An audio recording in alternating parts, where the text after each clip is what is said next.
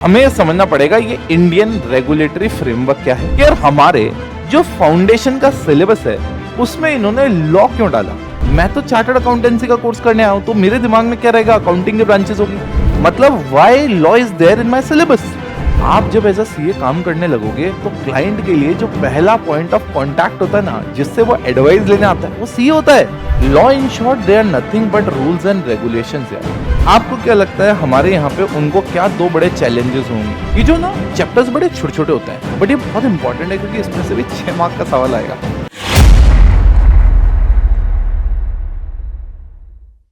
Let's begin Indian regulatory framework. तो guys सबसे पहले हमें समझना पड़ेगा ये इंडियन रेगुलेटरी फ्रेमवर्क क्या है। बट उससे भी थोड़ा सा पहले आते हैं कि यार हमारे जो फाउंडेशन का सिलेबस है उसमें इन्होंने लॉ क्यों डाला। यार आप ये समझो ना, मैं तो चार्टर्ड अकाउंटेंसी का कोर्स करने आया हूं, तो मेरे दिमाग में क्या रहेगा, अकाउंटिंग की ब्रांचेस होगी।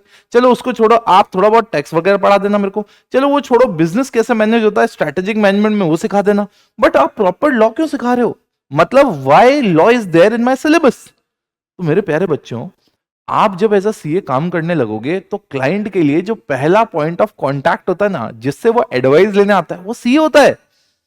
तो यार थ्रेशोल्ड लेवल पे, बेसिक लेवल पे you are the first person जिसको क्लाइंट अप्रोच करेगा, तो आपको नॉलेज होनी चाहिए। प्लस हम जो लॉ पढ़ रहे हैं वो लॉ थोड़ी है कि यार कोई किसी ने क्राइम कर दिया अब उसको सजा कितनी होगी। भैया हम तो मर्केंटाइल लॉ मतलब बिजनेस वाले लॉ पढ़ रहे हैं।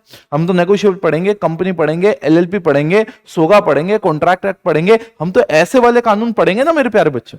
तो सबसे पहले देखते हैं मॉड्यूल में क्या लिखा है। वाई लॉ में ये कह रहा है भैया CA is the first level of contact for the clients and they advice the client on legal matters at the basic और द थ्रेशोल्ड लेवल। मैंने क्या कहा, कॉन्सेप्ट बिल्डर बनाते हैं। पहले कॉन्सेप्ट बिल्डर बनाते हैं। मैं क्या कहता हूं सुनो ना, ये एक XYZ इंस्टीट्यूट है। कौन सा इंस्टीट्यूट है, XYZ एक इंस्टीट्यूट है। ठीक है, अब मैं आपको सबसे पहले एक प्रॉब्लम स्टेटमेंट देता हूं। आप देखो इस XYZ इंस्टीट्यूट को प्रॉब्लम क्या आ सकती है, या उसको मान लो मैं कह रहा हूं एक प्रॉब्लम आ गई। XYZ इंस्टीट्यूट ने क्या किया, मतलब बच्चों के एडमिशन्स लिए, और ऑब्वियसली जब बच्चों के एडमिशन्स होते हैं इंस्टीट्यूट में तो वो बच्चा पूछता है कि आपके टीचर्स कौन हैं, क्या ये टीचर्स चेंज तो नहीं होंगे। तो टीचर्स का चेहरा दिखाया जाता है कि ये आपको पढ़ाएंगे। अब ये इंस्टीट्यूट ने बच्चों को चालू कर दिया पढ़ाना। 200 स्टूडेंट्स ने एडमिशन भी ले लिया। अब यहां पे एक कौन सा है बेटा, एक एक एक एक एक धोखेबाज इंस्टीट्यूट है, मतलब एक दूसरा इंस्टीट्यूट है। उसको यहां पे मतलब क्या हुआ, उसको यहां पे ऐसा लगा ये क्या है, रावण बेटा, उसके अंदर का रावण जागा। उसने कहा यार यहाँ पे देखो कुछ टीचर्स हैं जिनको ऑलरेडी एक इंस्टीट्यूट ने ब्रांड कर रखा है, मतलब उनकी मार्केटिंग कर रखी है, और 200 बच्चा उनसे पढ़ भी रहा है। क्यों ना हम इधर उधर से टीचर हायर करें, उससे बेटर है उनको हायर कर लेते हैं। अब अगर उनको हायर करेंगे तो ये जो 200 बच्चा होगा ये भी हमारे पास आ जाएगा, और हमें इन टीचर्स की ब्रांडिंग भी नहीं करनी पड़ेगी क्योंकि ऑलरेडी इस XYZ इंस्टीट्यूट ने कर रखी है। तो आप मुझे बताओ, अब XYZ इंस्टीट्यूट के बेसिस पे सोचोगे तो क्या यहां पे उनको प्रॉब्लम हुई या प्रॉब्लम नहीं हुई। ऑब्वियसली प्रॉब्लम हुई। अब यहां पे है क्या प्रॉब्लम, यहां पे प्रॉब्लम यह है कि अगर XYZ इंस्टीट्यूट ने इन टीचर्स से प्रॉमिस लेने के बाद अगर एडमिशंस लेते वक्त प्रॉमिस दिए तो सही है, बट कल को प्रॉमिस दे दिया टीचर ने पहले और बाद में भी छोड़ के चले गए, 2 रुपए ज्यादा मिल रहे हैं इस वजह से, तो भैया इसका सॉल्यूशन निकला। इसका सॉल्यूशन है कि इनकेस आप पढ़ चुके हो, बहुत अच्छी बात है, एक एक्ट है जिसका नाम है इंडियन कॉन्ट्रैक्ट एक्ट। अब इंडियन कॉन्ट्रैक्ट एक्ट में लिखा है कि भैया ऐसा कुछ चाहते हो तो ये जो इंस्टीट्यूट है और ये जो टीचर्स है ये आपस में एग्रीमेंट कर लो, और उसमें पहले ही लिख दो, मान लो इंस्टीट्यूट लिख देगा कि तुमने 1 साल से पहले छोड़ा तो तुम्हें 10 लाख रुपए हमें देने पड़ेंगे क्योंकि हमने तुम्हारी ट्रेनिंग में, तुम्हें एडवर्टाइजमेंट में, या जो हमारे गुडविल का नुकसान होगा उसके लिए हम तुमसे कितना लेंगे, 10 लाख रुपए।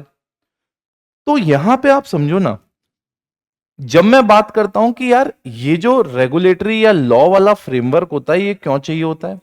Law in short they are nothing but rules and regulations. यार लॉ जो होता है वो कुछ भी नहीं है, वो क्या है बेटा, रूल्स एंड रेगुलेशंस है।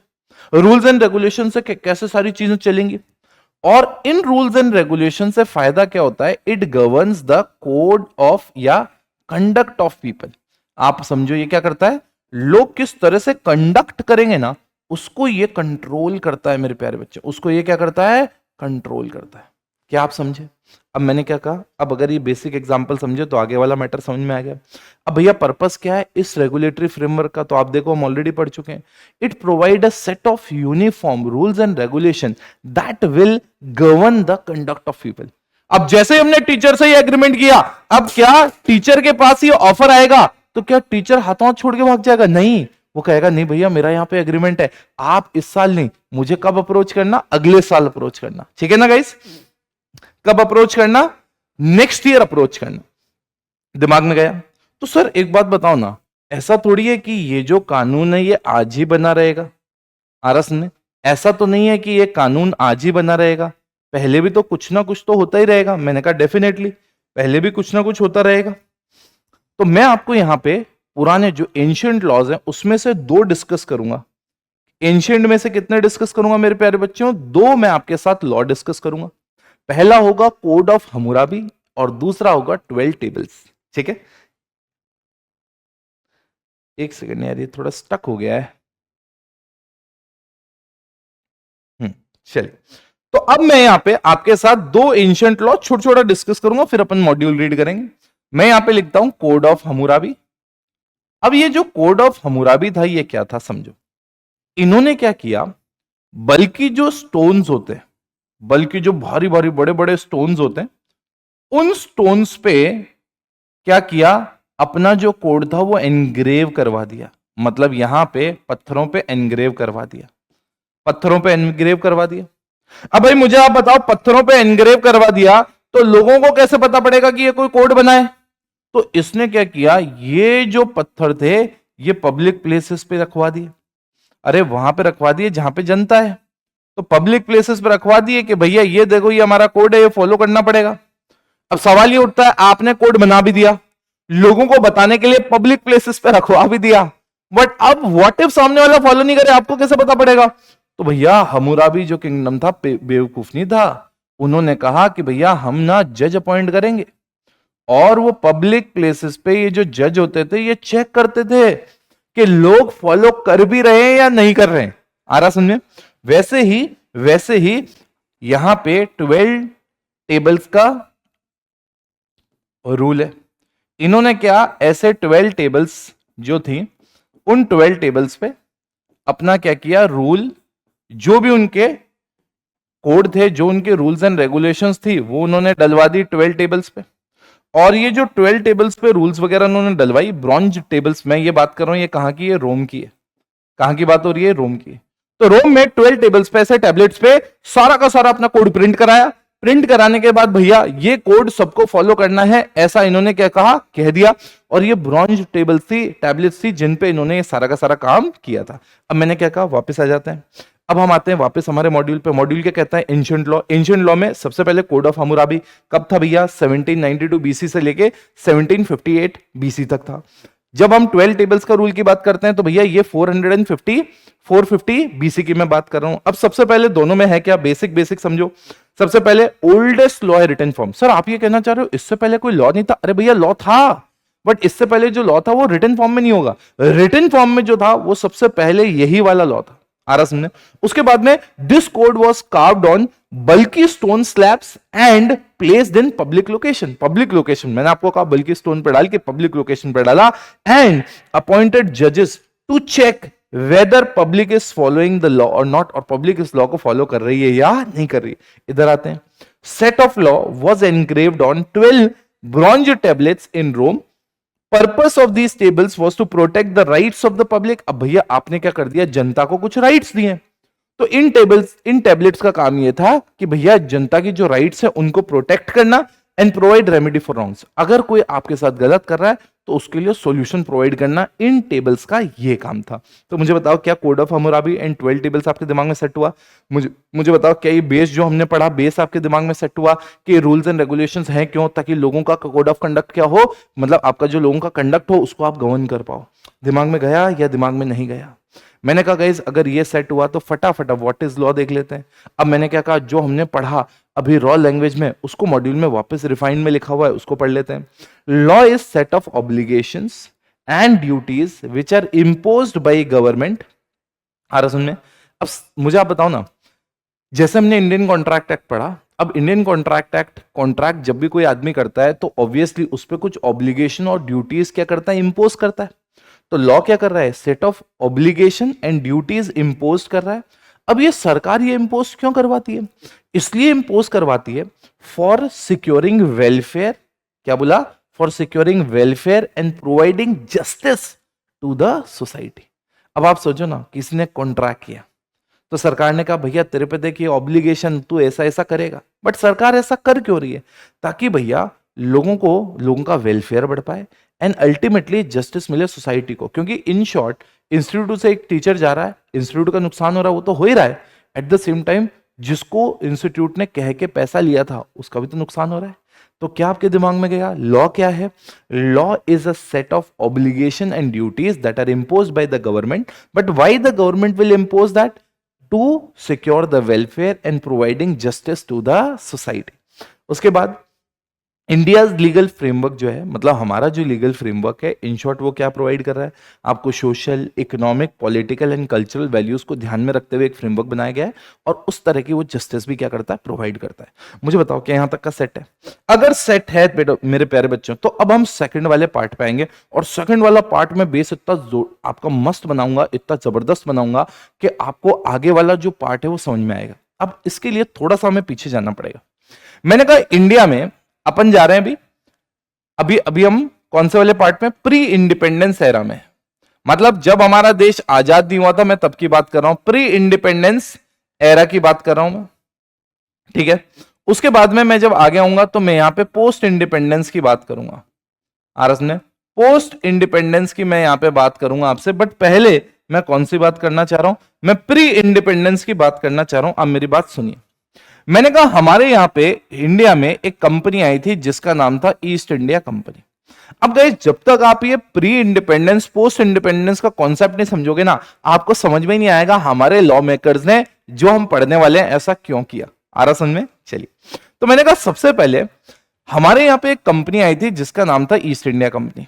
अब आप सोचो, ईस्ट इंडिया कंपनी आई थी और उसने कहा था भैया मैं आपको यहां पे इंडिया में व्यापार करना चाहती हूँ, ट्रेड करना चाहती हूँ। हमने कहा यार करने दो, क्या टेंशन है। अब भाई जैसे ही ईस्ट इंडिया कंपनी आई, हमारे यहां पे क्या हुआ, धीरे धीरे ब्रिटिशर्स का राज आ गया। अब आप सोचो कि आपके यहां पे एक कंपनी काम करने आई, आ रहा समझ, आपके यहां पे एक कंपनी काम करने आई।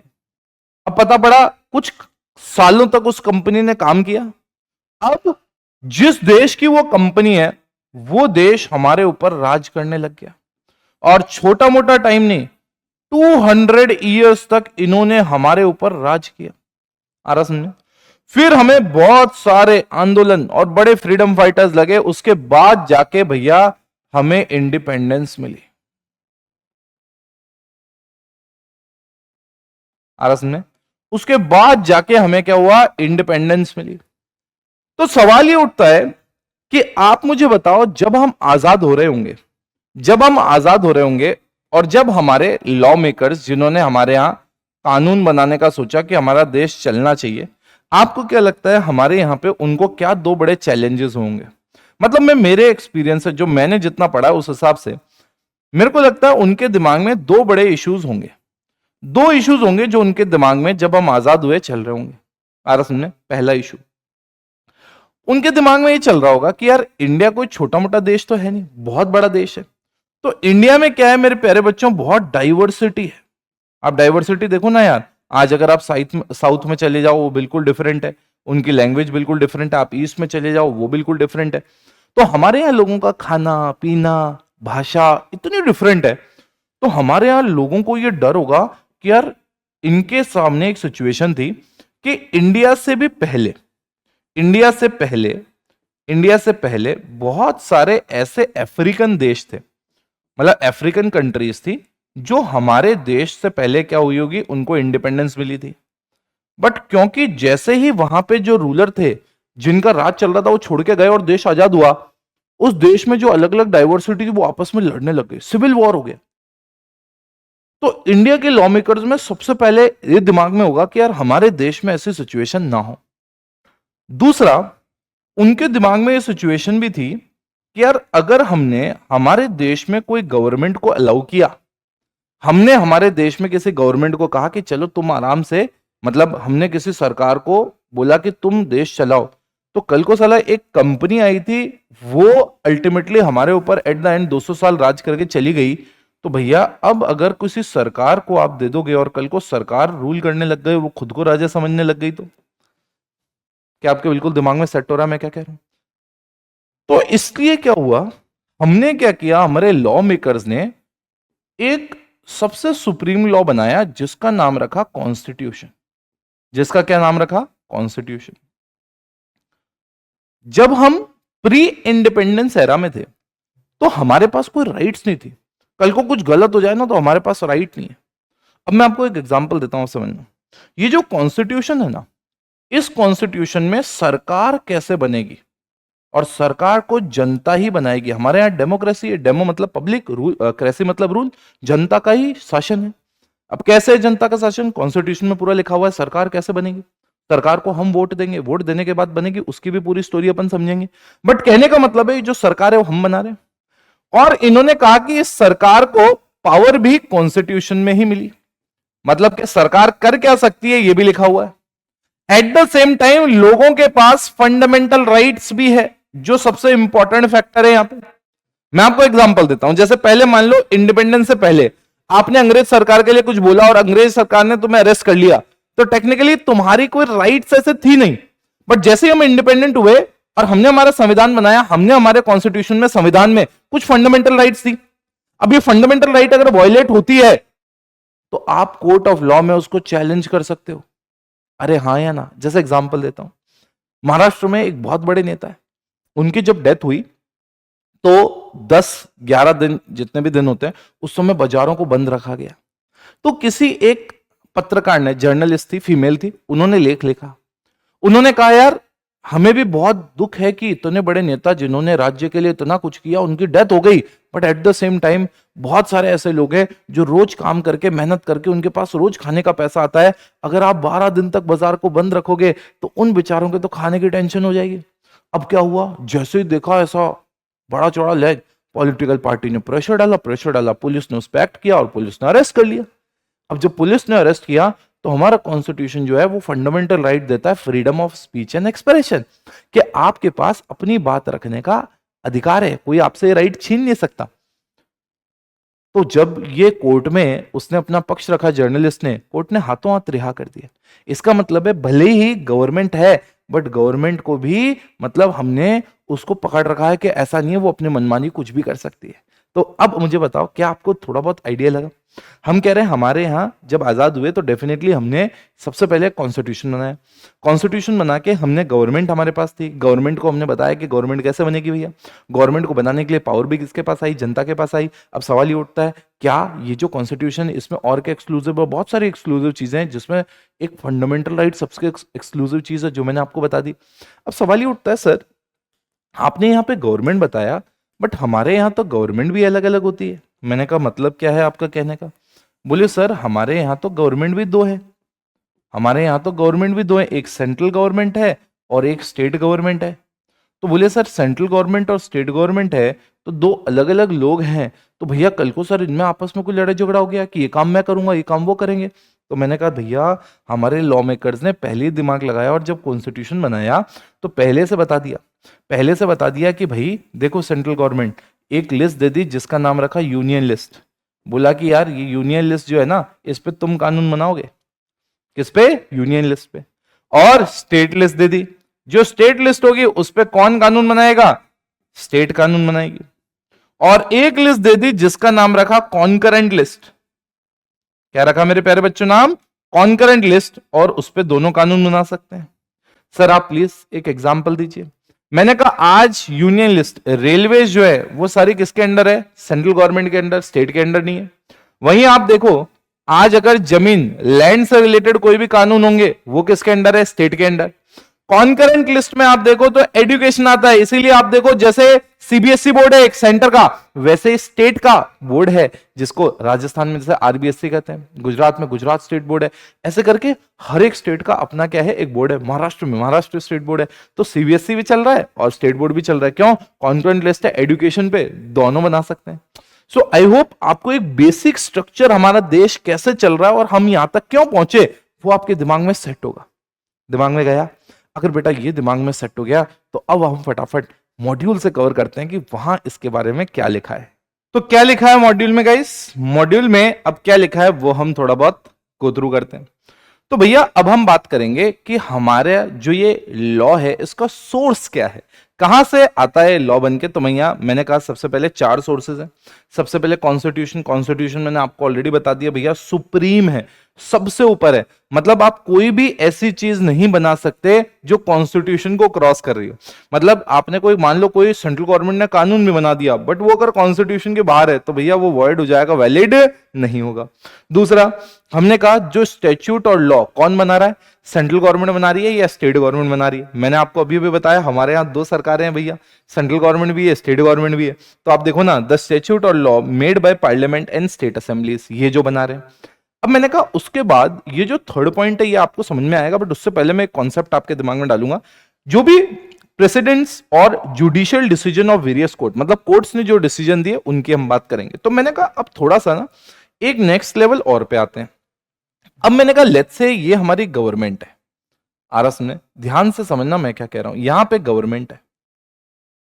अब अगर गवर्नमेंट है तो यहां पे मैंने कहा ये जो गवर्नमेंट है, गवर्नमेंट है, गवर्नमेंट है। अब गवर्नमेंट में आपके दिमाग में ये भी आ सकता है कि सर सेंट्रल गवर्नमेंट भी है और स्टेट गवर्नमेंट भी है। तो सर अगर हम कोई ऐसा काम करते हैं मान लो लेट्स से कोई स्टेट का कानून है, ठीक है। अब जैसे जैसे जैसे जैसे जैसे जैसे मान लो गुजरात का कोई कानून है। अब जैसे Gujarat is a dry state, ठीक है, तो गुजरात में क्या है, एल्कोहल बैन है, इवन बिहार में भी सेम है।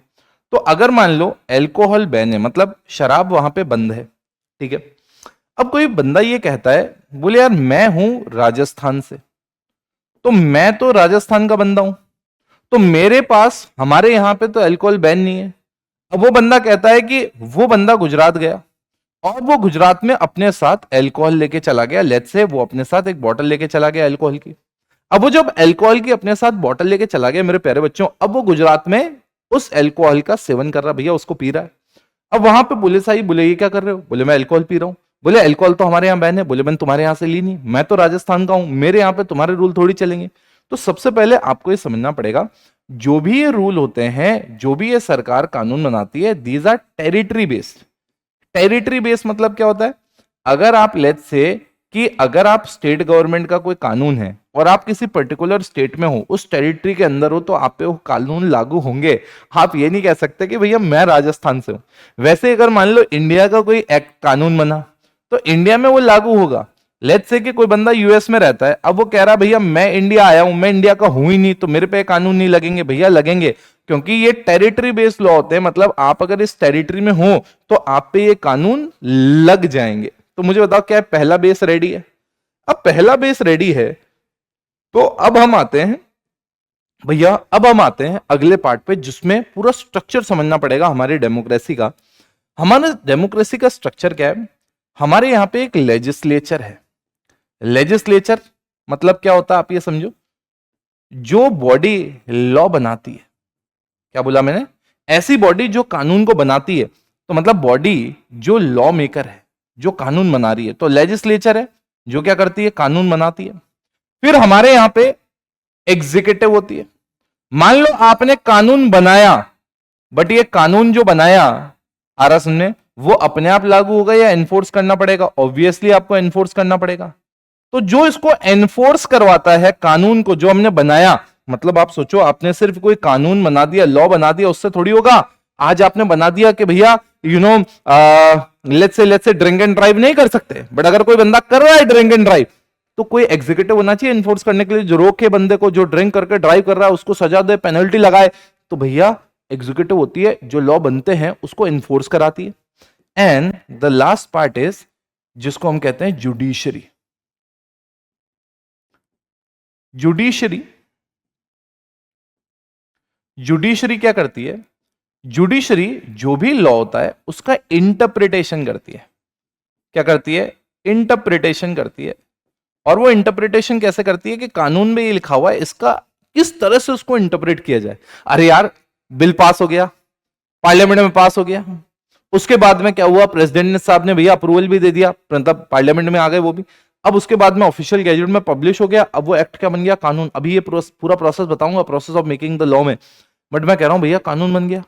अब भाई उस एक्ट में कोई चीज लिखी हुई थी, मान लो कोई जीएसटी रिलेटेड लॉ था, क्लाइंट ने, हमने उसको कोई और तरह से परस्यू किया, जीएसटी डिपार्टमेंट उसको कुछ और तरह से परस्यू कर रहा है, तो हम दोनों संतुष्ट नहीं एक दूसरे को लेके, हम कोर्ट में जाएंगे, तो जुडिशरी उसको इंटरप्रेट करेगा। जुडिशरी जब उसको इंटरप्रेट करेगा भैया, तो वो अपना जजमेंट देगा।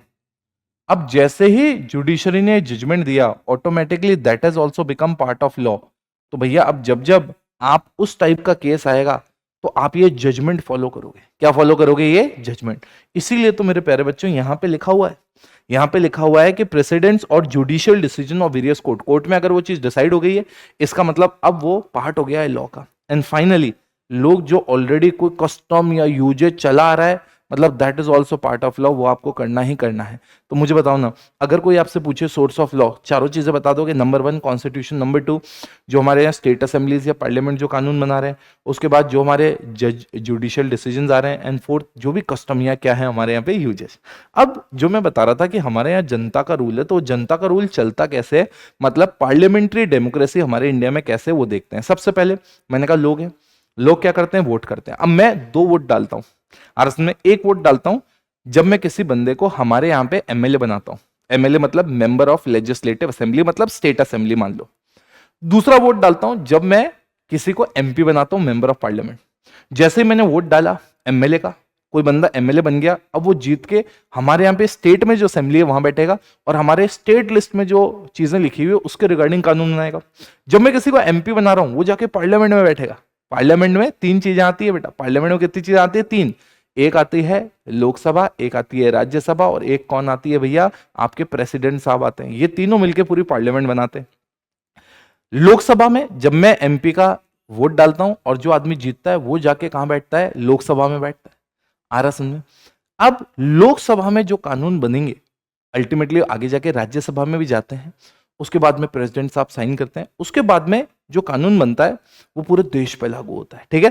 तो मैंने कहा, मैंने वोट डाला, वोट डालने के बाद जो मेरे रिप्रेजेंटेटिव है, मैंने 2 रिप्रेजेंटेटिव चुने, एक स्टेट के लिए और एक सेंटर के लिए, एक राज्य के लिए और एक देश के लिए। तो जो मैंने राज्य मतलब देश के लिए चुना वो कहां जाएगा? पार्लियामेंट में। जो स्टेट के लिए चुना वो कहां जाएगा? स्टेट असेंबली में। कहां जाएगा मेरे प्यारे बच्चों? स्टेट असेंबली में।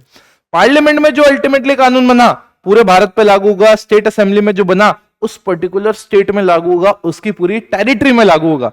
मुझे बताओ ना, क्या इतना हमारे दिमाग में सेट हो गया क्या यार? मैं देखो बीच बीच में, क्योंकि ऑब्वियसली जब हम पूरा लॉ समझ रहे हैं, रेगुलेटरी फ्रेमवर्क समझ रहे हैं, तो थोड़ा थोड़ा पॉलिटिकल साइंस वाला पार्ट भी है, तो मैं उसका थोड़ा सा बेस आपके दिमाग में डालता हुआ चल रहा हूं।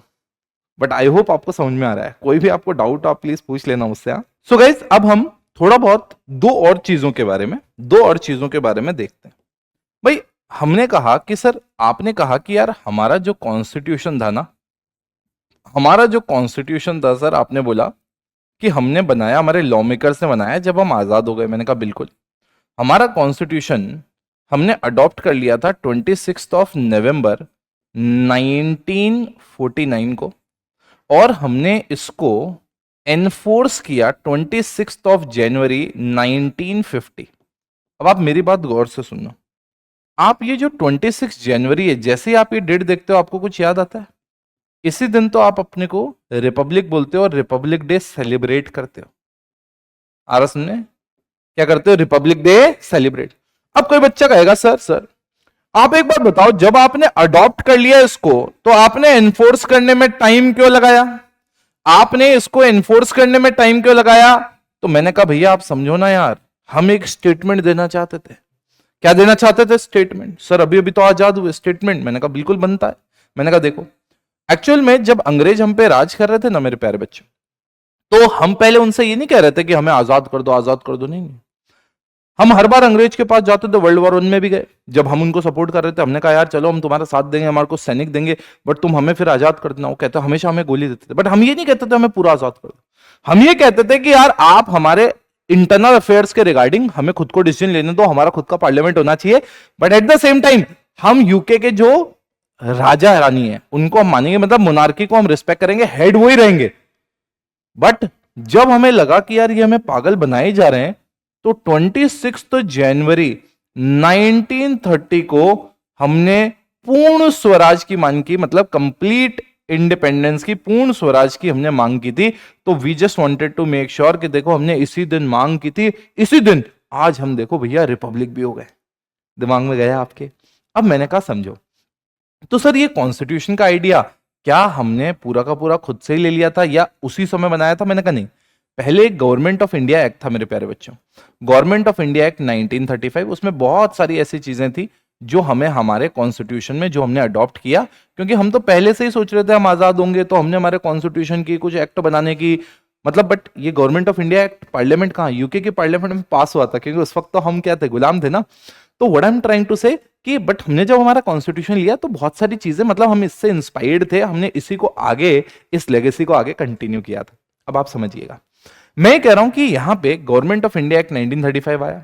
अब 1935 के बाद हम 1937 में हमारे यहां पे फेडरल कोड भी स्टैब्लिश हुआ था। फेडरल कोर्ट मतलब कोई भी ऐसे कोई मैटर, जैसे आज हमारे सुप्रीम कोर्ट है, वैसे पहले हमारे पास फेडरल कोर्ट था। ये फेडरल कोर्ट मतलब 12 ईयर्स तक चला मेरे प्यारे बच्चों। उसके बाद में फेडरल कोर्ट को बंद कर दिया गया। इसने इस दौरान लगभग 151 केसेस सुने थे। कितने केसेस सुने थे मेरे प्यारे बच्चों? 151 केसेस सुने थे। 12 साल तक ये चला। बाद में फिर हमने हमारा सुप्रीम कोर्ट बना दिया, जो एपेक्स कोर्ट है, जो सबसे बड़ा कोर्ट है आज की डेट में। Am I making sense guys? तो एक बार बेस दिमाग में सेट किया, फटाफट अब मॉड्यूल से भी रीड करते हैं कि यार मॉड्यूल में इस बारे में क्या लिखा है। सबसे पहले हम फेडरल कोर्ट की बात करते हैं। 1937 में फेडरल कोर्ट हमारा क्या हुआ, स्टेब्लिश हुआ। उसके बाद में जुरिस्डिक्शन, मतलब इसके अंदर क्या क्या आता था? Appellate function, original function, advisory. अब आप समझो एपिलेट मतलब क्या होता है कि भाई आज लोअर कोर्ट ने कोई जजमेंट दिया, उसके अगेंस्ट कोई अपील करके इनके पास आ रहा है, तो यस ये अपील को एंटरटेन करते थे, और अगर लोअर कोर्ट से संतुष्ट नहीं होते तो उनके अगेंस्ट, मतलब उससे कॉन्ट्रडिक्टरी जजमेंट भी दे सकते थे। देखो ना, the power to hear and decide appeal against the judgement of the lower courts. Lower court में कोई संतुष्ट नहीं है तो वो हायर कोर्ट में आया, मतलब इनके पास आया फेडरल कोर्ट में, फिर ये जजमेंट देते थे। अब नेक्स्ट, ओरिजिनल, लोअर कोर्ट में कोई बंदा नहीं गया, डायरेक्टली फेडरल कोर्ट में आया, तो they also had the authority, jurisdiction था, authority to hear a case first directly without coming it from a lower court. एक अपीलेंट क्या होता है? जब आपको नीचे कोर्ट में कोई डिसीजन दिया, उसको अपील किया किसी ने, एक डायरेक्टली इसके पास आ गया, तो ये अपीलेंट और ओरिजिनल होता है। एडवाइजरी मतलब हमारे यहाँ पे उस समय गवर्नर जनरल हुआ करता था, तो गवर्नर जनरल को कोई एडवाइस वगैरह देने का काम भी ये करता था, उसको एडवाइजरी हो गया। The power to give legal opinion on matters referred by the president without actual litigation, मतलब अभी कोई कानून लिटिगेशन वगैरह नहीं हुआ मेरे प्यारे बच्चों, बट फिर भी क्या है, उनके पास आया। क्यों? Because they want to advise the governor general in matters of public. आ रहा सुनने? ये यहाँ पे जो एपिलेंट केसेस थे, ये सिविल या जो भी क्रिमिनल थे, वो सारे के सारे केसेस इनके पास आते थे। तो मुझे बताओ ना, फेडरल कोर्ट का स्टोरी समझ में आया? फेडरल कोर्ट कब हुआ था? 1937 में। 12 साल तक ये चला, 151 केसेस सुने। इसकी जुरिस्डिक्शन में तीनों चीजें आती थी, एपिलेंट भी आता था, ओरिजिनल भी आता था, एडवाइजरी भी आता था। हमने तीनों के तीनों समझ लिए। अब थोड़ा सा कॉन्स्टिट्यूशन के बारे में समझते हैं कि भैया 1950 में हम हमारा कॉन्स्टिट्यूशन लेके आए, और ये फॉरमोस्ट लॉ है। Law are made for people and by the people. Constitution में मैंने आपको बताया भैया फंडामेंटल राइट वगैरह डाली गई, पूरी की पूरी पावर जनता के हाथ में दे दी गई, क्योंकि हम गुलाम थे 200 सालों तक, तो भैया हम हमारा लेसन सीख के आए थे। आ रहा समझे? Government of India 1935 precursor for the constitution of India. मैंने आपको बता दिया भाई 1935 में गवर्नमेंट ऑफ इंडिया एक्ट था, उससे हम आगे बढ़ के हमने हमारा कॉन्स्टिट्यूशन बनाया। अब हमने कहा constitution provides and protect the fundamental rights of citizen. मैंने आपको ऑलरेडी पहले बता चुका है, फंडामेंटल राइट्स सिटीजन के प्रोटेक्ट करता है, और यही इसका एक्सक्लूसिविटी है भैया, कि हम अंग्रेजों में जब गुलाम थे तो हमारे पास एज अ पर्सन कोई राइट नहीं था, अंग्रेज अपने हिसाब से कहानी चलाते थे, बट यहाँ पे जनता को सबसे ऊपर रखा गया। और इसमें फंडामेंटल ड्यूटीज का भी जिक्र है। हमारे कॉन्स्टिट्यूशन में 3 लिस्ट है जो हम ऑलरेडी डिस्कस कर चुके हैं। सेंट्रल लिस्ट जो इस पे सेंटर कानून बनाता है, स्टेट लिस्ट जिसपे स्टेट बनाता है, कॉन्करेंट मतलब जिसपे दोनों बना सकते हैं। क्लैरिटी है गाइज? मुझे बताओ क्या यहां तक का हमारे दिमाग में सेट हो गया क्या यार? एक बार प्लीज, एक बार आप स्क्रीन पे देखो, क्या हमारे को कॉन्स्टिट्यूशन और ये वाला पार्ट दिमाग में बिल्कुल सेट हो गया अच्छे से? सो गाइज, आई होप आपने दिमाग में सेट किया रहेगा इसको।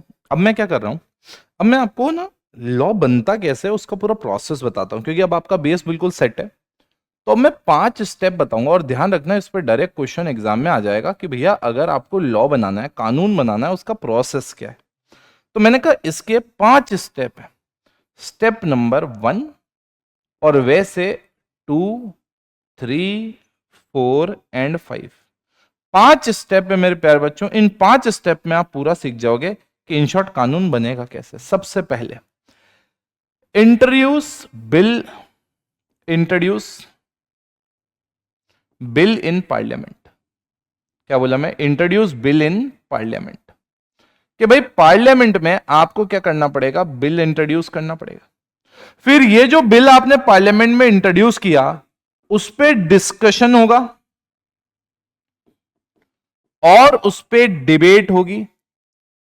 डिस्कशन होगा, डिबेट होगी, और ये डिस्कशन और डिबेट जो होगा वो कहां होगा? सबसे पहले लोकसभा में होगा। जैसे ही यहां पे लोकसभा में पास हो जाएगा, it will be passed in Rajya Sabha. अब जैसे ही राज्यसभा में पास हो गया, इसके बाद ये जाएगा प्रेसिडेंट के पास उनकी एसेंट के लिए। प्रेसिडेंट के पास जाएगा उनकी एसेंट के लिए। अब उनकी एसेंट के लिए जाएगा, जैसे ही प्रेसिडेंट साहब अपनी एसेंट दे देंगे, ये गवर्नमेंट अपनी जो ऑफिशियल गैजेट है, मतलब आप समझो सरकार को, आप ये समझो ना आज एक आम आदमी है जो बेचारा अपना सुबह से लेके शाम तक काम कर रहा है। अब वो आदमी, सरकार ने कोई बिल इंट्रोड्यूस किया, उसको क्या पता? आरएस ने डिस्कशन डिबेट हुई लोकसभा में, उसको क्या पता? राज्यसभा में पास हो गया, उसको क्या पता? प्रेसिडेंट ने एसेंट दे दी, उसको क्या पता? तो भैया सरकार को नोटिफाई करना पड़ेगा। तो सरकार की ऑफिशियल, आप समझो सरकार का न्यूज़पेपर है, और सरकार अपने न्यूज़पेपर में लोगों को इन्फॉर्म करती है कि भैया देखो सरकार ने ये चीज क्या कर दी, पब्लिश कर दी। मुझे बताओ ना आपके दिमाग में सेट हुआ कि नहीं हुआ? Process of making the law, कितने स्टेप्स हैं मेरे प्यारे बच्चों? कितने स्टेप्स हैं? 5 स्टेप। पहला, आप बिल इंट्रोड्यूस करो पार्लियामेंट में, डिस्कशन होगा, डिबेट होगी लोकसभा में, उसके बाद ये राज्यसभा में जाके पास होगा, फिर प्रेसिडेंट साहब जाएंगे, वो एसेंट देंगे अपनी, एंड फिर गवर्नमेंट अपने ऑफिशियल गैजेट में डाल देगा और सब पे क्या हो जाएगा? एप्लीकेबल हो जाएगा। मेरे प्यारे बच्चों मुझे बताओ क्या दिमाग में गया है नहीं गया? तो ये जो 5th वाला स्टेप था ये मैंने ऑलरेडी आपको अलग से वहां पे करा दिया। क्या? Process of making the law. अब सवाल ये होता है हमारे यहाँ किस टाइप के लॉ है? तो हमारे यहाँ 4 टाइप के लॉ है। Types of law in Indian legal system, 4 type के लॉ है।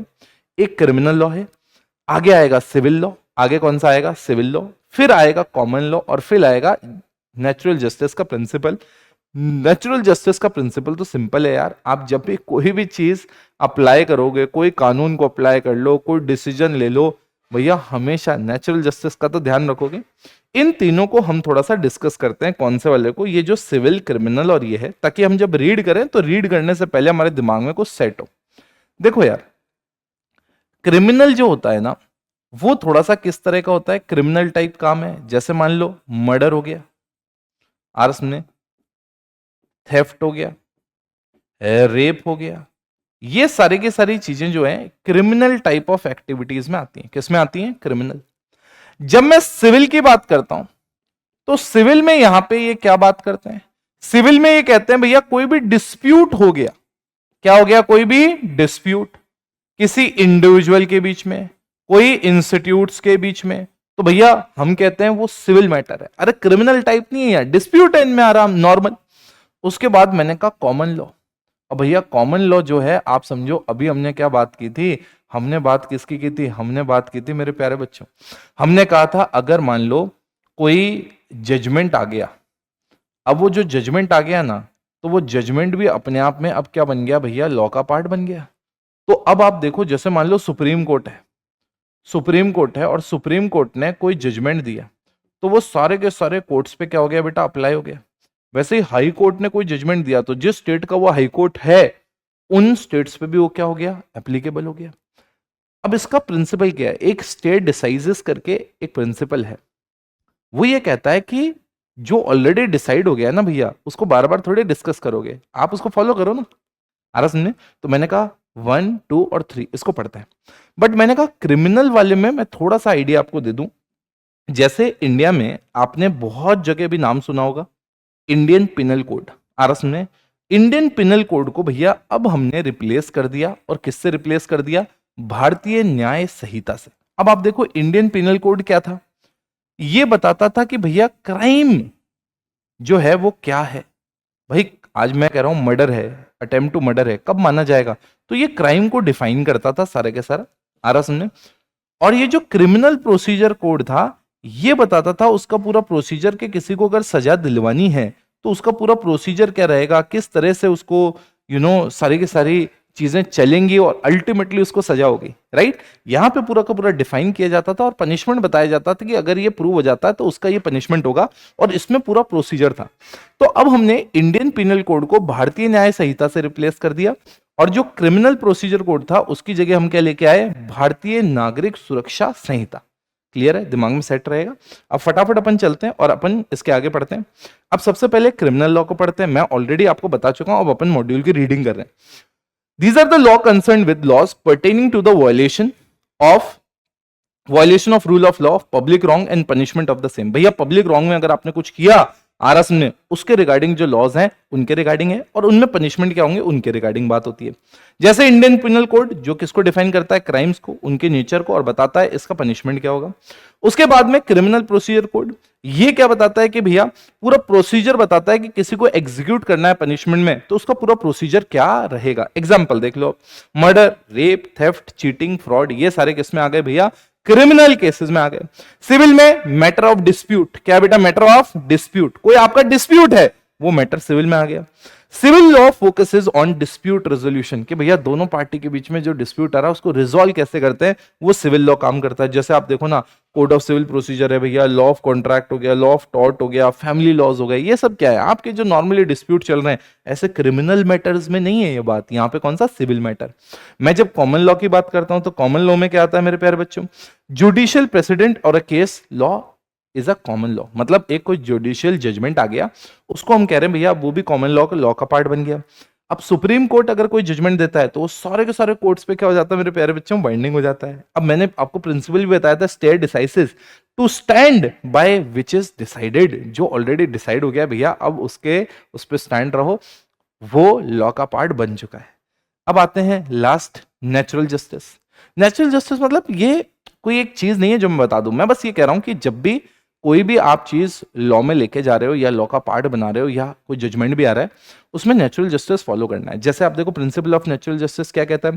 भाई no one should be made जज इन हिज ओन केस। आप इसका नेमो इंडेक्स इन कॉजा सुआ, ये भी आप देख सकते हो। मतलब ये एक मतलब लीगल फ्रेज है, बट हम नॉर्मली देखें तो कोई अपने मतलब खुद के केस में ही उसको खुद को जज नहीं बना सकते। नहीं तो आप खुद के केस में खुद को जज बना दिया तो वो खुद को पनिशमेंट कैसे देगा? ऑब्वियसली खुद के साथ लाइट रहेगा। वैसे ही ऑडी एल्त्रम पार्टम, मतलब जब भी आप कोई जजमेंट दो उससे पहले सामने वाली पार्टी को आप जरूर सुनो, बिना उसको सुने आप जजमेंट नहीं दे सकते। हमेशा जो भी आप डिसीजन दे रहे हो दे शुड बी रीजन, मतलब उनके पीछे कोई सॉलिड रीजनिंग होनी चाहिए, then only you should give the judgement. मुझे बताओ दिमाग में सेट है? मैंने कहा ये सेट हो गया बेटा, तो फिर उसके बाद अब हम चलते हैं किस पे, कि आज लॉ एनफोर्स कैसे होगा। मेरे को बताओ ना, मैं ऑलरेडी आपको इसलिए बेस पढ़ा के लाया हूं। लेजिस्लेटिव बॉडी होती है जो लॉ बनाती है, एग्जीक्यूटिव होती है जो एनफोर्स करती है। तो सर ये लेजिस्लेटिव बॉडी कौन सी है? मैंने ऑलरेडी बता दिया, पार्लियामेंट है जो लॉ बना रही है, जो स्टेट असेंबलीज है लॉ बना रही है। तो सर फिर इन्फोर्स कौन कराएगा? अरे यार, ये जो गवर्नमेंट होती है उनके अंडर मिनिस्ट्रीज बनती है। मिनिस्ट्रीज के अंडर सिविल सर्वेंट्स होते हैं जो यूपीएससी सिविल सर्विस एग्जाम देते हैं या स्टेट में पीसीएस का एग्जाम देते हैं। वो लोगों के साथ मिलकर इनको इन्फोर्स किया जाता है। देखो भैया, after law is passed in parliament it must be enforced. This is the job of the executive, जो मैं ऑलरेडी समझा के लाया हूं। स्टेट और central government will be the enforcing authority. भैया वो सरकार जो है, उनके अंडर जो मिनिस्ट्री है, उनके अंदर जो सिविल सर्वेंट है, उन सबका काम है। The government of India exercises it's executive authority through number of government ministries और डिपार्टमेंट ऑफ स्टेट, इनके थ्रू इसको असेंबल करवाती है। मुझे बताओ ना, क्योंकि देखो हमने बीच बीच में वो जो मिसिंग फिलर था जो मॉड्यूल में नहीं है वो हमने कवर किया, तो हमें टॉपिक बड़ा आसान लगेगा, इजी लगेगा, बट वो फिलर मिसिंग होंगे तो फिर रटने वाली प्रक्रिया आ जाएगी। तो मुझे बताओ ना, एक बार मुझे बताओ, क्या यहां तक का पूरा सेट है? आरस ने क्या दिमाग में गया मैं क्या कह रहा हूं? एक बार फटाफट इसको देखो ना।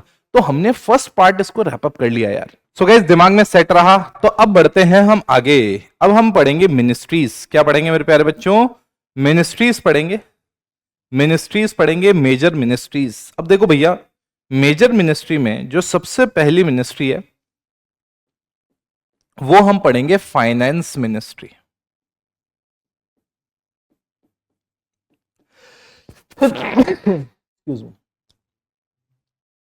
फाइनेंस मिनिस्ट्री, जिसको वित्त मंत्रालय भी कहते हैं। अब भैया सबसे पहले कुछ इंपॉर्टेंट चीजें आपके दिमाग में मैं डाल देता हूं ताकि अपने को टेंशन ना हो। सबसे पहले भैया, ये गवर्नमेंट की ट्रेजरर की तरह काम करती है, मतलब पूरी ट्रेजरी देखती है पैसा कहां से आ रहा है, पैसा कहां जा रहा है। इसका सबसे इंपॉर्टेंट फंक्शन होता है कि भैया आपको बजट बनाना है, साल का एक बजट बनाना है। याद है बजट पेश होता है, बजट पेश होता है तो हमारे टैक्स की रेट्स आती हैं, उसमें पता होता है जो पैसा सरकार है कहां कहां कौन कौन से सेक्टर में इन्वेस्ट करना चाह रही है। तो भैया बड़ा इंपॉर्टेंट फंक्शन होता है फाइनेंस मिनिस्ट्री का। इस मिनिस्ट्री के अंडर आप ये देखो चार आ रहा समझे, चार सिविल सर्विसेज आती हैं, सेंट्रल सिविल सर्विसेज, और एक कॉमर्स वाली सर्विस आती है। कौन सी वाली? कॉमर्स वाली। एंड 6 डिपार्टमेंट्स होते हैं। कितने डिपार्टमेंट्स होते हैं बेटा? 6 डिपार्टमेंट होते हैं। और जब मैं अभी एंड करूंगा, जब ये पूरा फाइनेंस मिनिस्ट्री पढ़ा के खत्म करूंगा, आप ये मत सोचना 4 और ये 1 और ये 6 याद कैसे रहेंगे, मैं पूरा याद करा के छोड़ूंगा। तो पहले फटाफट अपन देखते हैं मिनिस्ट्री के बारे में। मिनिस्ट्री ऑफ फाइनेंस की बात कर रहे हैं, वित्त मंत्रालय की बात हो रही है। कंसर्न विद इकोनॉमी, भैया पैसा कहां आ रहा है, कहां जा रहा है। बजट भैया पूरा किससे डिपेंडेंट है? पूरी इकोनॉमी इस पे डिपेंडेंट है। एंड ये ट्रेजरी ऑफ इंडिया, पैसा भारत सरकार का कहां आ रहा है, कहां जा रहा है, वो पूरा देखती है। इंपॉर्टेंट फंक्शन क्या है? Presentation of the union budget. जो बजट आता है वो इंपॉर्टेंट फंक्शन है। एपेक्स कंट्रोलिंग अथॉरिटी है। 4 सेंट्रल सिविल सर्विसेज की, कितनी? 4 सेंट्रल सिविल सर्विस। अब इसके लिए मैं आपको याद करने के लिए कोड बताया था। अगर आप मुझे बताओ इकोनॉमी अगर बढ़िया चलेगी तो रेवेन्यू होगा या नहीं होगा? बिल्कुल होगा। अगर रेवेन्यू बढ़िया होगा तो प्रॉपर अकाउंट्स बनाने पड़ेंगे, और प्रॉपर अकाउंट्स बनाने के बाद उनकी ऑडिट भी करवानी पड़ेगी। यही 4 है। अब आप देखो, चारों पहले लिख देता हूं, मैं सारी लिख देता हूं एक बार आपको। सबसे पहले इंडियन इकोनॉमिक सर्विस। इकोनॉमी अगर बढ़िया चलेगी तो इंडियन इकोनॉमिक सर्विस बढ़िया चलेगी तो रेवेन्यू आएगा इंडियन रेवेन्यू सर्विस। अगर रेवेन्यू बढ़िया हुआ तो Indian civil account service, accounts बनाने पड़ेंगे। And Indian audit and account service, audit करवानी पड़ेगी बाद में। क्लियर है? एंड जो एक है यार, वो तो कॉमर्स की सर्विस है, तो कॉमर्स में तो भैया कॉस्ट और मैनेजमेंट आ जाता है, तो Indian cost and management account service. मुझे बताओ क्या दिमाग में सेट है? वापस हमने क्या कहा? मैंने क्या कहा था? याद हो जाएगी पूरी। यहां पे कॉमर्स सर्विस तो आप cost and management account service ले लो यार, आ रहा समझे। 4 सेंट्रल सिविल सर्विसेज जो हैं उनमें मैंने आपको बता दिया, अगर इकोनॉमी बढ़िया चलेगी तो रेवेन्यू आएगा, रेवेन्यू बढ़िया होगा तो प्रॉपर अकाउंट्स बनाने पड़ेंगे। अब आप प्रॉपर अकाउंटिंग होगी, उसके बाद आप क्या कराओगे? ऑडिट भी कराओगे। तो मुझे बताओ ना, क्या आपको कोड के थ्रू याद रह जाएगा? या बिल्कुल याद रहेगा। अब आते हैं भैया हम किस पे, कि हमारे पास डिपार्टमेंट्स हैं। क्या है मेरे प्यारे बच्चों? डिपार्टमेंट्स हैं। अब डिपार्टमेंट के लिए भी अपन थोड़ा सा सेट करते हैं। मैंने कहा वापस, अगर इकोनॉमी बढ़िया चल रही है, इकोनॉमी बढ़िया चल रही है, आ रहा समझे, तो ऑब्वियसली पब्लिक एंटरप्राइज, इकोनॉमी बढ़िया चल रही है मतलब अब सब कुछ सही चल रहा है। तो इकोनॉमी अगर बढ़िया चल रही है तो जो पब्लिक एंटरप्राइजेस होंगी वो फाइनेंशियल सर्विसेज देंगी, और फाइनेंशियल सर्विसेज अगर देंगी तो ऑब्वियसली वहां से रेवेन्यू भी आएगा। बट आपको पता ही है रेवेन्यू के लिए एक्सपेंडिचर भी करना पड़ता है। जब ये सब पूरा प्रोसेस होगा, रेवेन्यू होगा, एक्सपेंडिचर होगा, तो आपके पास क्या होगा कि भैया इन्वेस्टमेंट्स भी होंगे, आपके पास एसेट्स भी होंगे। अरे हाँ या ना?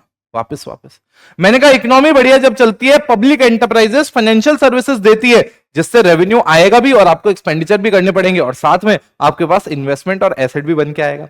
अब ये देखो 6 डिपार्टमेंट आपको इससे याद रह जाएंगे मेरे प्यारे बच्चों।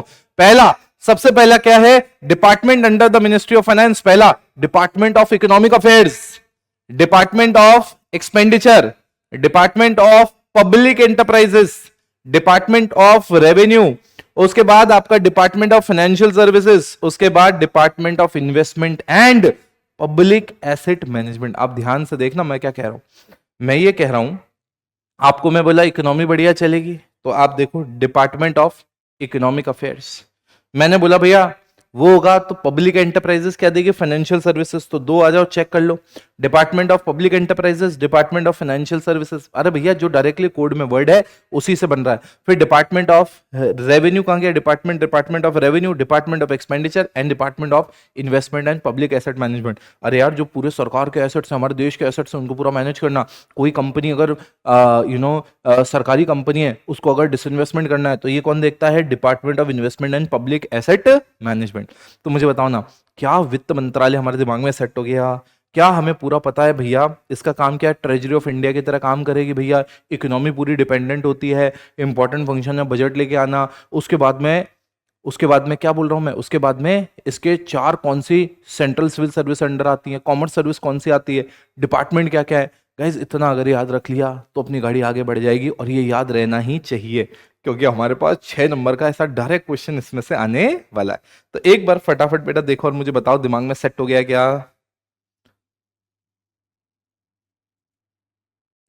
चलिए गाइस तो बढ़ते हैं अब आगे। अब हमारा अगला पार्ट क्या है भैया, अब अगली मिनिस्ट्री पे चलते हैं। देखो एक मिनिस्ट्री निपटाई, अब दूसरी पे चल रहे हैं, मिनिस्ट्री ऑफ कॉर्पोरेट अफेयर्स। तो अब मैं कॉर्पोरेट अफेयर्स को थोड़ा सा आपको आइडिया देता हूं। भाई देखो समझो, मिनिस्ट्री ऑफ कॉर्पोरेट अफेयर्स, पहले इसका नाम क्या था, मिनिस्ट्री ऑफ कंपनी अफेयर्स था। भाई कंपनी के अफेयर्स को देखते थे, फिर हमने कहा भैया कंपनी क्यों, अब तो हमारे पास एलएलपी भी है, तो हमने कहा मिनिस्ट्री ऑफ कॉर्पोरेट अफेयर्स जो है इन शॉर्ट ये क्या क्या करती है, ये तीन चीजों का कंट्रोल करती है। नंबर वन, पहले मिनिस्ट्री ऑफ कॉर्पोरेट अफेयर्स जितनी भी कंपनीज हैं उन कंपनीज का सारा मतलब प्रोसेस, सारा का सारा एडमिनिस्ट्रेशन कौन देखता है, मिनिस्ट्री ऑफ कॉर्पोरेट अफेयर्स। मैंने कहा जितनी की जितनी एलएलपी है वो सारा उनका एडमिनिस्ट्रेशन कौन देखता है, एमसीए। उसके बाद में जो इंसॉल्वेंसी एंड बैंक्रप्सी कोड है अपना, उसका पूरा एडमिनिस्ट्रेशन कौन देखता है, मिनिस्ट्री ऑफ कॉर्पोरेट अफेयर्स।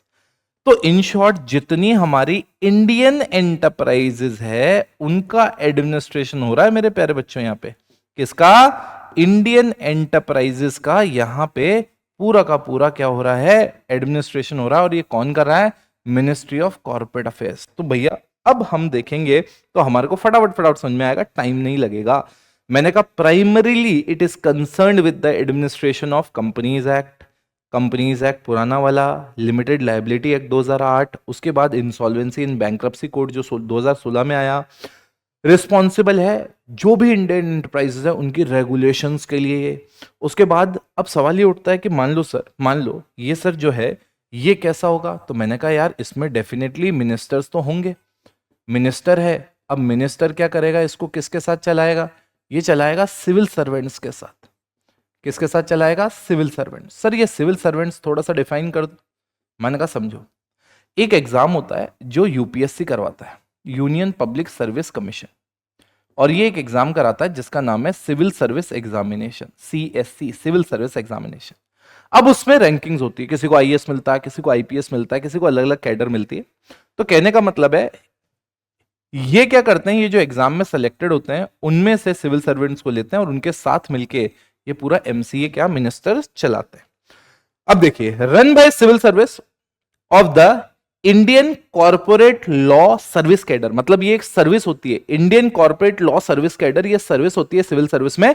उस कैडर के जो लोग होते हैं उनके थ्रू, उनके साथ मिलके ये पूरा रन होता है।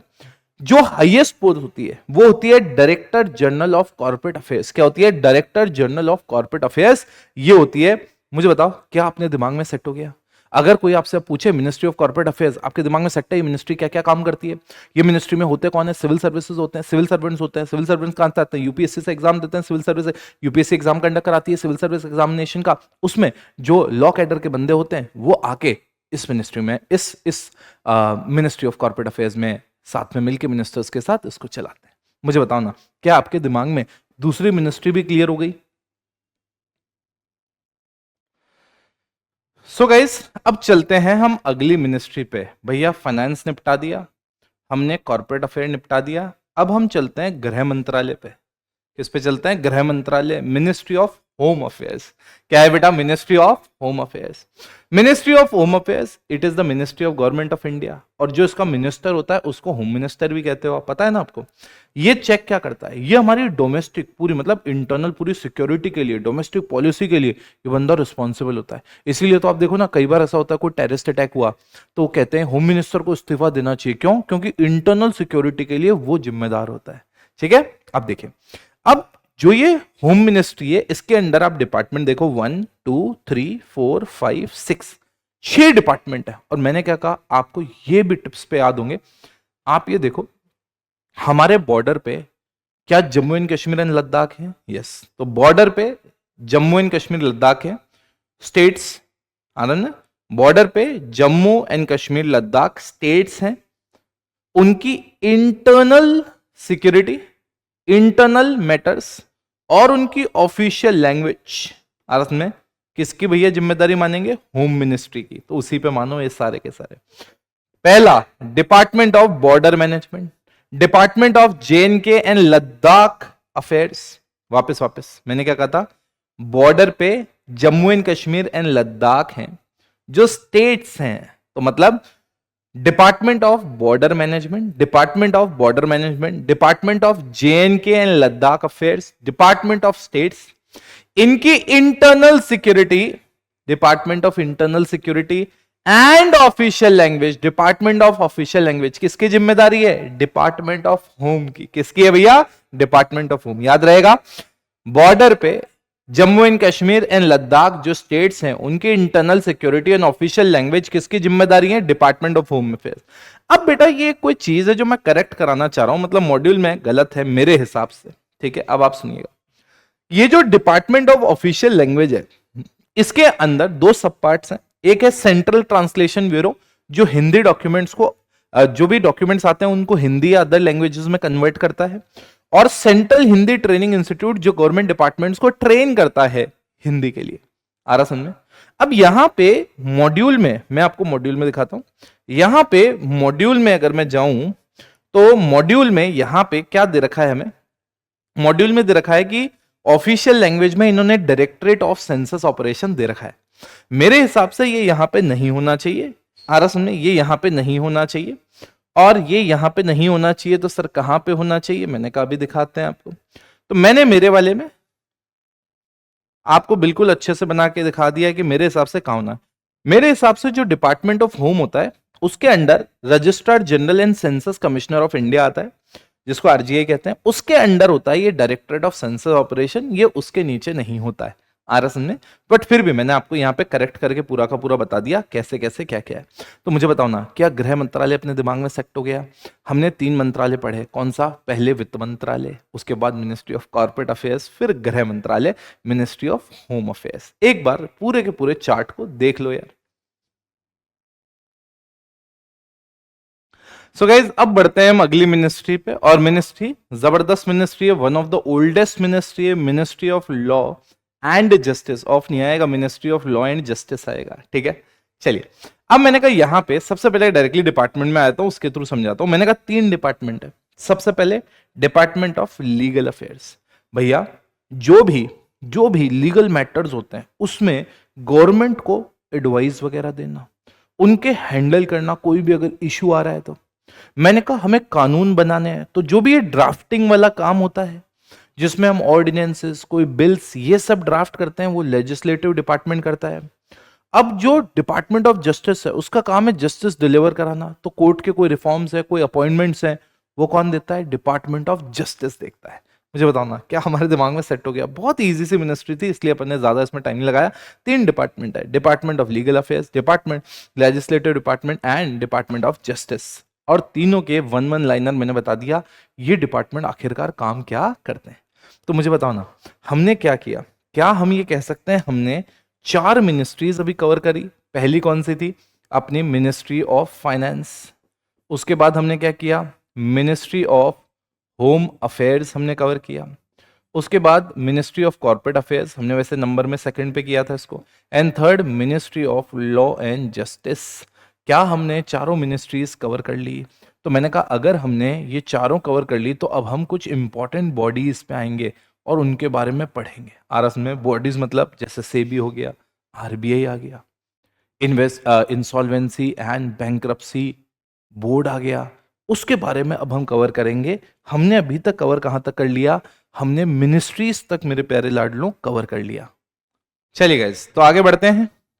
अब गाइस, अब हम पढ़ेंगे, जैसा मैंने आपको कहा, अलग अलग बॉडीज के बारे में, जिसमें नंबर 1 हमारे पास जो आएगी वो है भैया सेबी।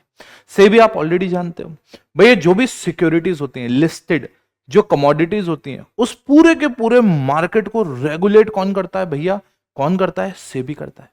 अब मैं आपको बता दूं, अंडर द ओनरशिप, ये किसकी ओनरशिप के अंडर है भैया? फाइनेंस मिनिस्ट्री के अंडर आता है। और फाइनेंस मिनिस्ट्री कौन सी भैया? गवर्नमेंट ऑफ इंडिया वाली जो फाइनेंस मिनिस्ट्री, उसकी बात हो रही है। इसको पहले एक एग्जीक्यूटिव बॉडी के तौर पे बनाया गया था, फिर जब सेबी एक्ट बन गया पूरा, तो फिर भैया इसके पास स्टैट्यूटरी पावर्स आ गई और बहुत ज्यादा और स्ट्रांग हो गया। अब सेबी का लिखा हुआ यहाँ पे 3 पॉइंट है। अब आप देखो ना, ये स्टेब्लिश कब हुआ था? 1998 में। बस स्टैट्यूटरी पावर्स कब आई? 1992 में जब ये सेबी एक्ट बन गया। अब मैं यहाँ पे कुछ छोटी छोटी चीज बता दूं यार। सबसे पहले आप ये देखो, सेबी के 2 पॉइंट्स और लिख लो। सर ये 2 पॉइंट आप और एडिशनल क्यों लिखवा रहे हो अगर इतने पॉइंट है? यार जब हमारे इसका क्वेश्चन अगर कल को फंसा और हमारे 6 नंबर का क्वेश्चन फंसा, तो हमारे पास पॉइंट तो होने चाहिए। तो आप ये देखो, सबसे पहले इसके पास जो फंक्शंस है मेरे प्यारे बच्चों, वो फंक्शंस हैं 3 फंक्शंस इंपॉर्टेंट। इसके पास 3 फंक्शंस इंपॉर्टेंट है। सबसे पहले रेगुलेटरी फंक्शन, और ये रेगुलेटरी फंक्शंस परफॉर्म करता है अपने। उसके बाद ये प्रोटेक्टिव फंक्शन परफॉर्म करता है कि भैया प्रोटेक्ट करता है, किसी के साथ धोखाधड़ी ना हो, तो प्रोटेक्टिव फंक्शन आ गया इसका। और फिर आता है डेवलपमेंट वाला फंक्शन। इसको डेवलपमेंट कराना होता है जो भी सिक्योरिटी मार्केट है, जिसमें ये लोगों को ट्रेन करता है, जितने भी इंटरमीडिएरीज वगैरह हैं उनके लिए। तो ये ध्यान रखना, इसके ये 3 फंक्शंस हैं जो आपको दिमाग में रखने हैं। और ये जो भी ये रेगुलेट करता है या प्रोटेक्ट करता है या डेवलप करता है, इस वक्त ये किन को कंट्रोल कर रहा होता है? देखो यार, ये स्टॉक एक्सचेंजेस को कंट्रोल कर रहा होता है। स्टॉक एक्सचेंजेस उनको रेगुलेट कर रहा होता है।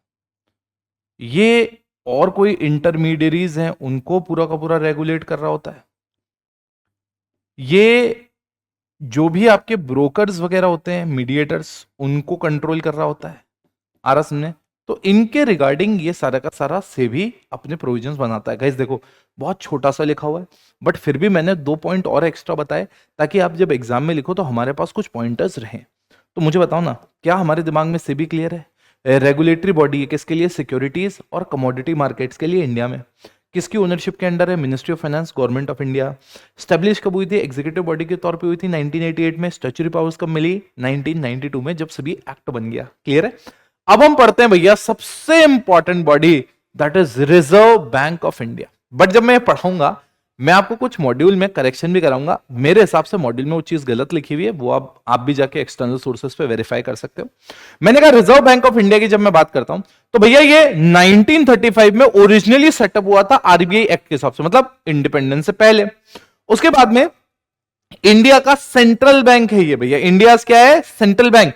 जो इंडियन बैंकिंग सिस्टम है उसको पूरा का पूरा रेगुलेट करने के लिए भैया आरबीआई जिम्मेदार है। इसलिए आरबीआई अपनी मॉनेटरी पॉलिसीज लेके आता रहता है। अगर कभी न्यूज़पेपर गलती से पढ़ा हो तो, और ये किसकी मिनिस्ट्री के अंडर रहता है? मिनिस्ट्री ऑफ फाइनेंस के अंडर, गवर्नमेंट ऑफ इंडिया।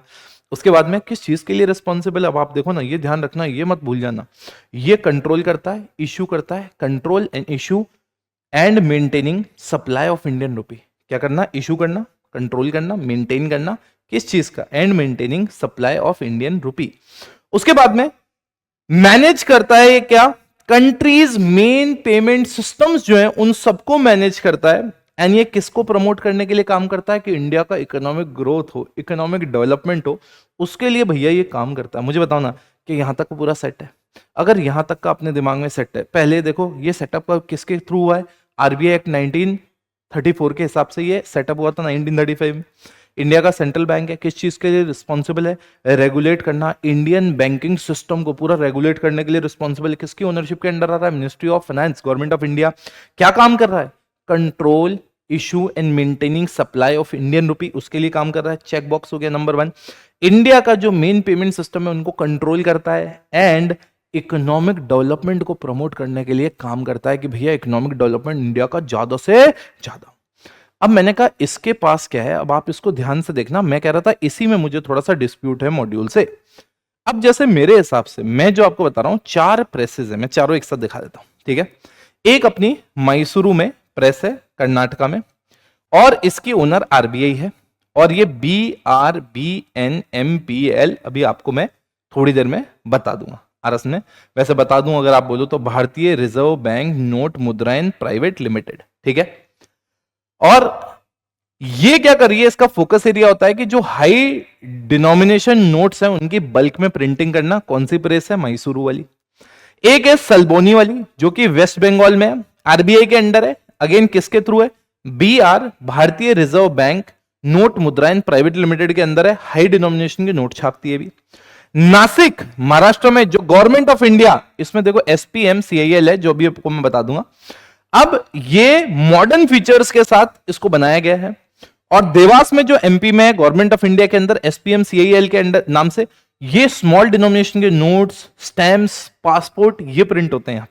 तो सर आपको डिस्प्यूट क्या है? अब मैंने इन दोनों के फुल फॉर्म जो मैंने अभी आपको बताया, Bharatiya reserve bank note Mudran private limited, ये जो SPMCIL है, security printing and minting corporation of India limited. Clear है? अब मेरे को कहां कंफ्यूजन है, अब आपको ये देखना, ये आपको दिख ही रहा है। अब मैं अगर आपको मॉड्यूल पे लेके आऊं, तो मॉड्यूल, ये देखो, ये मॉड्यूल में लिखा हुआ है, ठीक है। अब इसमें लिखा हुआ है Bharatiya reserve bank note Mudran is a specialised division of RBI which prints and mint Indian rupee in two of its currency printing located in Nashik and Dewas. अब मैं जब नासिक और देवास में आता हूं, तो बंद हो गया यार, नासिक और देवास में मैं आता हूं,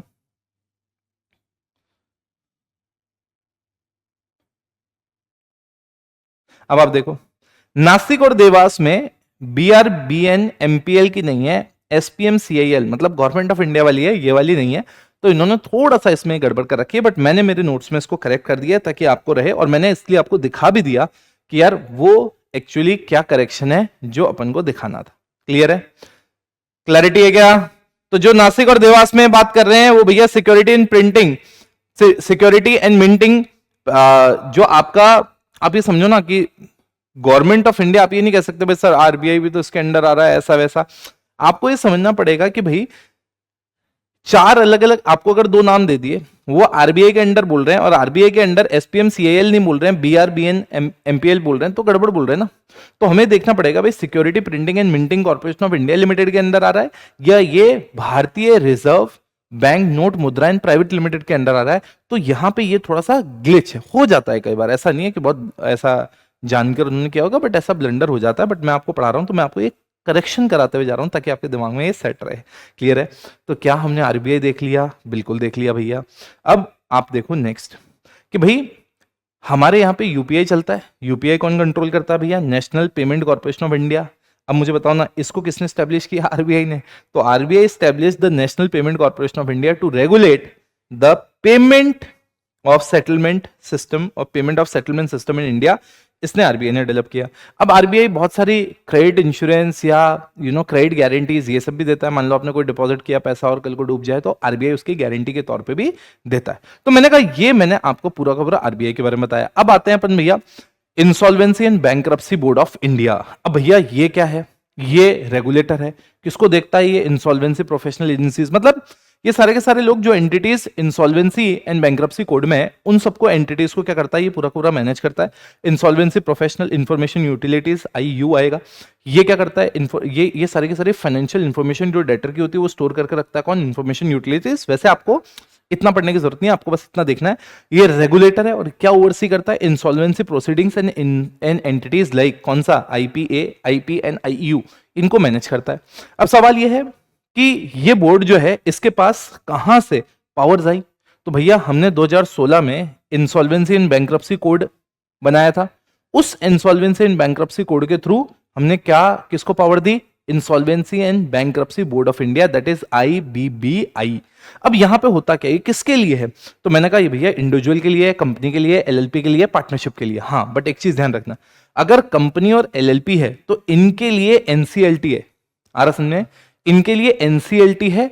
मतलब आज अगर आप नॉर्मल कोर्ट्स में जाओगे तो इनके लिए इन्होंने ट्राइब्यूनल अलग से बना रखे हैं, क्योंकि आप नॉर्मल कोर्ट में जाओगे तो वहां पे बहुत सारे और भी केसेस हैं, उनमें मिक्सअप होकर रह जाएगा। आपको एक प्रायोरिटी पे, मतलब जल्दी अगर कोई डिस्प्यूट रेजोल्यूशन करना है या इंसॉल्वेंसी प्रोसीडिंग्स को सेटअप करना है, तो कंपनीज और एलएलपी के लिए क्या बना, एनसीएलटी बना। और इंडिविजुअल और पार्टनरशिप एनसीएलटी में नहीं जाते, वो डेट रिकवरी ट्राइब्यूनल्स में जाते हैं। क्लियर है? तो एनसीएलटी किसके लिए, कंपनी और एलएलपी के लिए। डेट रिकवरी ट्राइब्यूनल्स किसके लिए, इंडिविजुअल्स एंड पार्टनरशिप के लिए। तो मुझे आइडिया दो ना, क्या हमें insolvency and bankruptcy board of India पूरा क्लियर है? हमने अभी तक कितनी बॉडीज पढ़ी? हमने 3 बॉडीज पढ़ी हैं। कौन कौन सी बॉडीज पढ़ी हैं? सेबी पढ़ा, आरबीआई पढ़ा हमने, उसके बाद आईबीबीआई पढ़ा। एक बार फटाफट इसमें देख लो, ये जो भी ट्राइब्यूनल्स हैं, जो भी डेट रिकवरी ट्रिब्यूनल्स हैं, कौन किसको देखता है, दिमाग में सेट होना चाहिए। तो गाइस आगे बढ़ते हैं फिर अब हम थोड़ा सा हमारा हायरार्की पे जाते हैं, जुडिशियल सिस्टम के बारे में बात करते हैं। आ रहा समझे?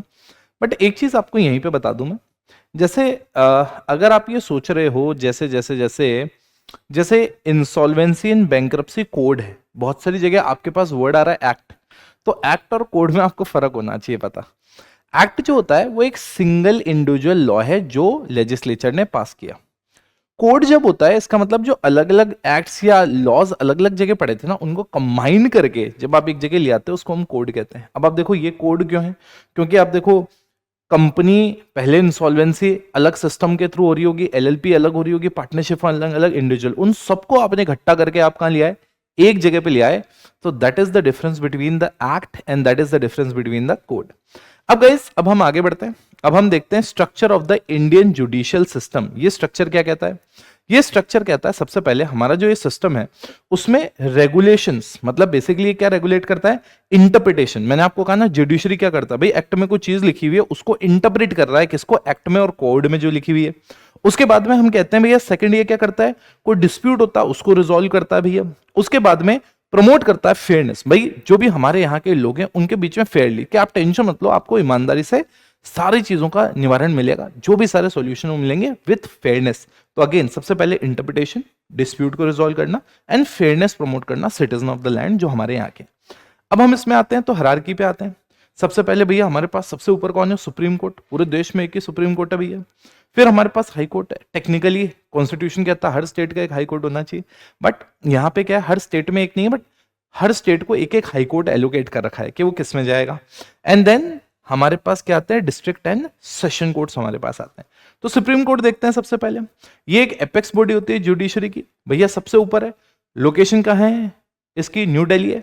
26 जनवरी 1950 जब हमारा कॉन्स्टिट्यूशन आया था, तब भैया इसको स्टैब्लिश किया गया था। उससे पहले हमारे पास फेडरल कोर्ट था, याद है 1937 में आया था, 12 साल तक चला था, 151 केसेस सुने थे उसके पास, क्या क्या चीजें थी याद है तुम्हें। अब मैंने कहा भैया इसमें सीजीआई जो होता है, chief justice of India, CJI highest authority होता है, अपॉइंटेड अंडर आर्टिकल 126। कॉन्स्टिट्यूशन जो होता है वो आर्टिकल्स में डिवाइडेड है। तो यहाँ पे प्रिंसिपल बेंच जो होती है वो 7 लोगों की होती है, जिसमें सीजीआई भी होता है। करंट अगर प्रेजेंट स्ट्रेंथ आप देखोगे 34 है, including the chief justice of India. हमारी जो पॉपुलेशन है उसके हिसाब से अभी भी नंबर बहुत कम है भैया।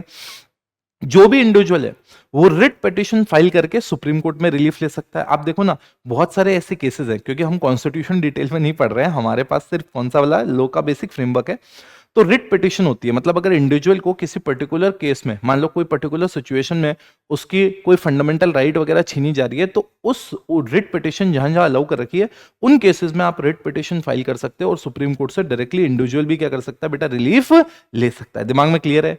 उसके बाद हम आते हैं मेरे प्यारे लाडलो हाई कोर्ट में। भैया जो highest court of appeal, her stage, यहां स्टेप लिखा है, क्या है बेटा ये, स्टेट, हर स्टेट में जो हाईएस्ट, अरे भैया देश लेवल पे सुप्रीम कोर्ट ने कोई डिसीजन दिया सब पे बाइंडिंग है। हाई कोर्ट स्टेट का हाईएस्ट है, हाई कोर्ट ने डिसीजन दिया उस स्टेट में सारे जो कोर्ट्स हैं वो मानेंगे भैया इसको। अब ये कह रहा है, क्या कह रहा है आर्टिकल 214 के हर एक स्टेट में एक हाई कोर्ट होना चाहिए, जबकि वो मैंने जैसे आपको बताया इसके पास एपिलेंट ज्यूरिसडिक्शन है, ओरिजिनल है, सुपरवाइजर। देखो मैं ऑलरेडी बता के आया हूं, सुपरवाइज किसको करेगा, लोअर कोर्ट्स को। अपील मतलब लोअर कोर्ट से कोई ऊपर अपील आ रही है सुन सकता है, ओरिजिनल मतलब डायरेक्टली कोई हाई कोर्ट में आके भी अपील कर सकता है। ये ऑलरेडी हम जब फेडरल कोर्ट पढ़ रहे थे सब पढ़ा था अपन ने, इसलिए वापस मैं पूरा डिटेल में बता रहा हूं। आर्टिकल 227 लिमिट करता है कि सुपरवाइजरी पावर जो है किस तरह से सुपरवाइज करेगा लोअर कोर्ट पे। एंड देन 25 हाई कोर्ट्स है, रेमेडीज, आज मान लो किसी की फंडामेंटल राइट वायलेट हो रही है तो वो रेमेडी के लिए कहां जा सकता है? हाई कोर्ट के पास जा सकता है। ओल्डेस्ट कोर्ट जो इंडिया में है वो कलकत्ता हाई कोर्ट है, जो कि कोलकाता हाई कोर्ट अब बन गया भैया। कब स्टैब्लिश हुआ था? 1860 हमारे डिस्ट्रिक्ट एंड सेशन कोड में। अब मैं बता दूं भैया, जो डिस्ट्रिक्ट कोर्ट होते हैं वो डील करते हैं सिविल लॉ मैटर से, और सिविल लॉ आपको ऑलरेडी पता है क्या होता है। क्रिमिनल से कौन डील करता है? सेशन कोर्ट हमारे डील करते हैं। अब भैया अब समझो ना, इनके पास कोई भी ऐसे जिसमें पिक्यूनरी ज्यूरिसडिक्शन, इनकी जो सूट फाइल करने की पिक्यूनरी ज्यूरिसडिक्शन है उसकी value not more than 2 crore है। नॉट मोर देन व्हाट बेटा? 2 करोड़। अब आपको ऑलरेडी हायरार्की पता है, सुप्रीम कोर्ट, हाई कोर्ट के नीचे डिस्ट्रिक्ट एंड सेशन कोर्ट। अब सेशन कोर्ट क्या सुनता है, डिस्ट्रिक्ट कोर्ट क्या सुनता है, ये समझ में आ गया। लास्ट और बहुत छोटा सा पार्ट है भैया, मेट्रोपॉलिटन कोर्ट्स क्या होते हैं भैया? established in metro cities in consultation with high court where population is 10 lakhs या उससे ज्यादा। एंड सेकेंड पार्ट भैया, इसमें जो भी पावर्स वगैरह होती है किसके पास होती हैं? चीफ मेट्रोपॉलिटन मैजिस्ट्रेट के पास होती है और मेट्रोपॉलिटन मैजिस्ट्रेट, ये दो लोग होते हैं, इन दोनों के पास पावर होती है। अब मुझे बताओ ना यार, पूरा का पूरा चैप्टर हमने दिमाग में सेट किया, एक बार फटाफट दिमाग में ये भी डालते हैं इस चैप्टर में हमने पढ़ा क्या क्या। मुझे बताओ इस पूरे के पूरे आईआरएफ को, इस पूरे के पूरे आईआरएफ को, ये देखो यार ना, आप एक चीज समझना, ये जो ना चैप्टर्स बड़े छोटे छोटे होते हैं बट ये बहुत इंपॉर्टेंट है, क्योंकि इसमें से भी 6 मार्क का सवाल आएगा, तो इसको बिल्कुल ऐसा लाइट नहीं लेना है। मुझे बताओ सबसे पहला वाला पार्ट हमने क्या किया था? हमने लॉ के बारे में पढ़ा था, लॉ क्या है, लॉ क्यों है, लॉ कैसे बनता है, प्रोसेस क्या है, लॉ का सोर्स क्या है, वो सब पढ़ के आए हम। उसके बाद हमने सेकेंड पार्ट आए, और सेकेंड पार्ट में हम लोगों ने मिनिस्ट्रीज के बारे में पढ़ा। आरएस में मिनिस्ट्रीज के बारे में हमने पढ़ा। थर्ड पार्ट पे आए, उसके बाद उसमें हमने बॉडीज के बारे में पढ़ा। किसके बारे में पढ़ा मेरे प्यारे बच्चों? बॉडीज के बारे में। और fourth part of the chapter में हमने कोर्ट्स के बारे में पढ़ा। तो मतलब इस चैप्टर को आप इन 4 पार्ट्स में अपने दिमाग में सेट कर सकते हो, आ रहा समझ में। और एक एक पार्ट को इन केस जब भी आप रिवाइज करो, एक एक पार्ट को पकड़ के आप क्या कर सकते हो मेरे प्यारे लाडलों? आप रिवाइज कर सकते हो एक एक पार्ट को। मुझे बताओ ना, क्या आपके दिमाग में बिल्कुल सेट है? आपके चैप्टर का पूरा थियरी दिमाग में सेट हो गया? सो गाइज हमने देखो 0 से लेके 100 तक पूरे के पूरे चैप्टर को, एक एक पॉइंट को अच्छे से डिस्कस करके क्लोज किया है।